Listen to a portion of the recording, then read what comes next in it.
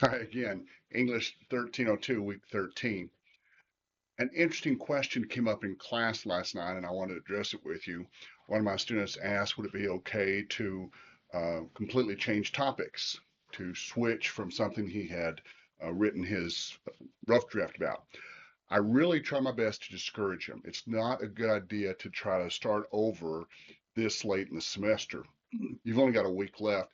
And if you were to completely redo, if you were to start all over again, you'd have to go back, write another first draft, another rough draft, then revise it, then make a list of the things you changed and why you changed them, which would become, of course, your explanation of revisions, and then format it and get it all turned in before next Tuesday. Trust me, it's much easier to revise a bad rough draft than to try to start over from page one. So take what you've done so far, take that rough draft, go back, look at the comments I made on it. In fact, look at the comments from your R1, your R2, and your R3 papers, kind of bundle those all together. But also keep an eye on that assignment sheet, the revised assignment sheet 3 simplified, just kind of lists there for you what I'm looking for. I'm looking for double space, Times New Roman, heading at the top of the page, in-text citations, works cited page. I've sent you samples of those. I've sent you the PowerPoint on those. I'm looking for a thesis. Now, remember, your thesis has got to be the last sentence of the introduction, and it has to clearly answer the research question.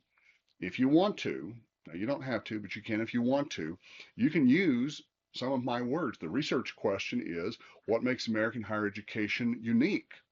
Well, you can simply say, American higher education is unique because blank, and then whatever, fill in the blank.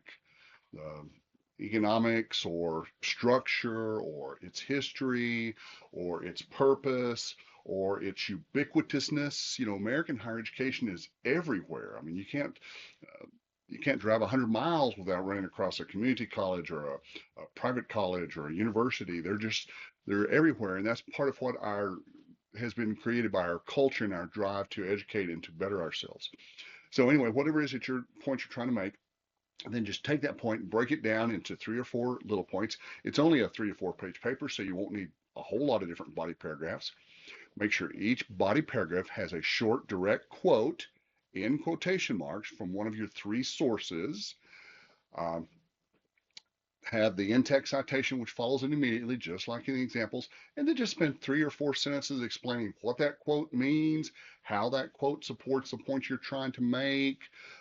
You can explain it more than once if you need to, but yeah, don't try to start over at this point.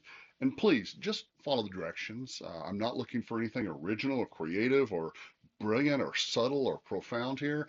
I'm really just looking to see if you can look at this assignment and follow the directions.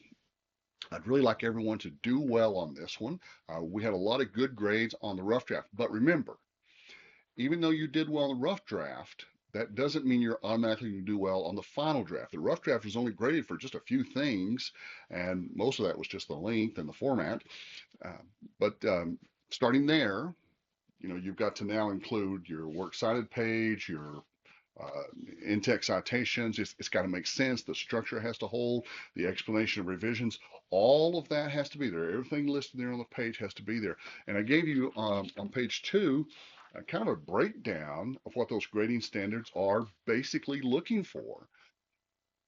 And again, don't forget, it is due next Tuesday, the Tuesday before Thanksgiving, before 11:55 p.m. And I encourage you, don't wait to the last minute to try to turn something in. Go ahead and get it turned in at least a little bit before the deadline. Okay. If you have any questions, of course, feel free to drop me an email, and I look forward to answering your questions.